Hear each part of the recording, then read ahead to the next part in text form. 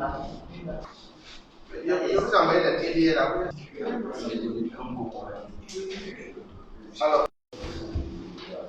c'est beaucoup plus le droit du travail. Donc, la formation ici, vraiment, ça a ouvert d'autres horizons. Pas spécifiquement sur le droit du travail, mais sur la négociation générale et certaines spécificités liées à la négociation. Donc, il y a certains pans, peut-être auxquels on ne pensait pas, mais on s'est rendu compte au cours de la formation que ces pans étaient importants, voire même déterminants pour la résolution des conflits. Donc, pour nous, vraiment, c'est un plus. Et c'est ça l'objectif aussi d'une formation, c'est de faire en sorte qu'en venant ici, on soit au niveau 5 et en repartant qu'on soit au niveau 8, 9 ou 10. Donc déjà, félicitations pour ce qui a été dispensé. Et puis, on attend encore plus. En société, on ne peut pas éviter les conflits. Et on a vu les différentes sources du conflit. On a essayé d'énumérer un peu qu'est-ce qui pourrait causer des conflits, tant plus dans le milieu professionnel. Et on a essayé aussi de voir les techniques pour pouvoir prévenir, pour pouvoir, comment on appelle, gérer les conflits. On appelait ça les dépassements de conflits. Les différents types de dépassements de conflits qu'on va avoir pour la gestion d'un conflit. On a parlé de l'arbitrage, on a parlé du conflit hiérarchique, on a parlé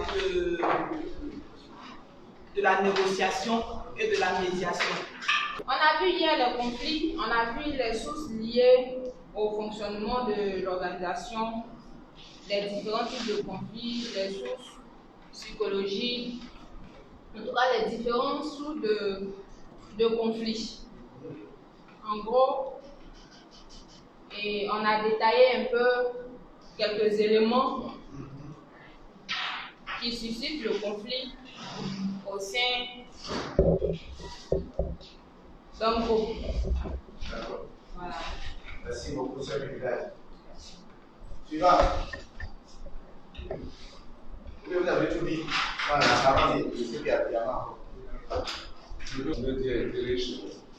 pour l'espèce humaine vit, très bien. Il va avoir des conflits. Et l'autre point, c'est que quand un conflit, on veut le régler le plus tôt, de façon rapide, souvent on fait appel à l'autorité du patron. Et le patron dit aux deux parties, tel fait ce que tu as fait, toi aussi fais ce que tu as fait. C'est un conflit qui est latent parce qu'à tout moment, ça peut rebondir. L'autorité que le patron a utilisée, c'est vrai que le conflit peut être réglé pour un temps, mais les deux parties peuvent rester toujours sur les pieds de guerre. Donc c'est un conflit latent. Adieu, mon prénom c'est Yebois, je suis le consultant de cette séance de cet atelier de 3 jours. Et nous sommes là pour le compte du cabinet CIDH, juste pour renforcer les capacités de tous les syndicats ici présents, issus de cette cellule centrale de l'Union nationale des travailleurs de Côte d'Ivoire. Et par rapport à cela, nous sommes en train de travailler ensemble sur la prévention et la gestion des conflits. Parce que nous nous rendons compte que nous ne le voulions pas, étant donné que nous sommes des êtres humains, nous sommes appelés à vivre ensemble, à être ensemble. Et si nous sommes ensemble, que nous devons vivre ensemble, le conflit est inévitable. Inévitable parce que cela fait partie de la vie de l'homme. Alors il faut donner les notions de base pour que s'il y a des conflits au sein des organisations ou des syndicats qui existent, qu'ils puissent avoir les capacités ou les ressources nécessaires pour répondre à la gestion de ces différents cas de conflit. Et pourquoi ne pas aussi développer des mécanismes, des systèmes de prévention afin que l'homme puisse vivre heureux dans son milieu de service. Raison pour laquelle nous sommes là. Alors, c'est juste notre présence en ce lieu.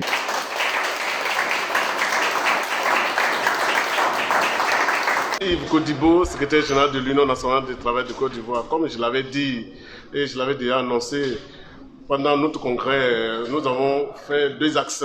Et c'est l'axe qui est en train de se dérouler maintenant là. C'est un projet qui est situé dans l'axe 1, qui est le projet de formation. Ce projet de formation va consister à pouvoir former tous nos leaders syndicaux, les secrétaires généraux, pour pouvoir bien maîtriser la méthode de rééradication, de prévention des conflits. Donc ce matin, ça c'est le 2e jour de la formation. Ce matin, ils vont apprendre à savoir comment prévenir les conflits, comment résoudre les conflits. Quand ils vont finir cela, ils vont attaquer la question de leadership. Parce que j'ai dit que notre centrale syndicale, l'Union nationale du travail de Côte d'Ivoire, se situe à la lisière du syndicalisme des revendications, mais surtout du syndicalisme du dialogue social. Donc pour pouvoir aller au dialogue social, il faut avoir souvent d'arguments. Il faut savoir négocier, il faut savoir discuter.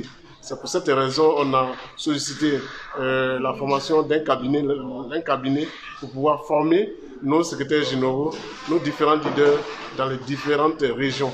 Donc ceux qui sont en train d'être formés, il y a des syndicats de la fonction publique et il y a des syndicats du privé, mais sans toutefois oublier nos fédéraux qui nous représentent à l'intérieur du pays.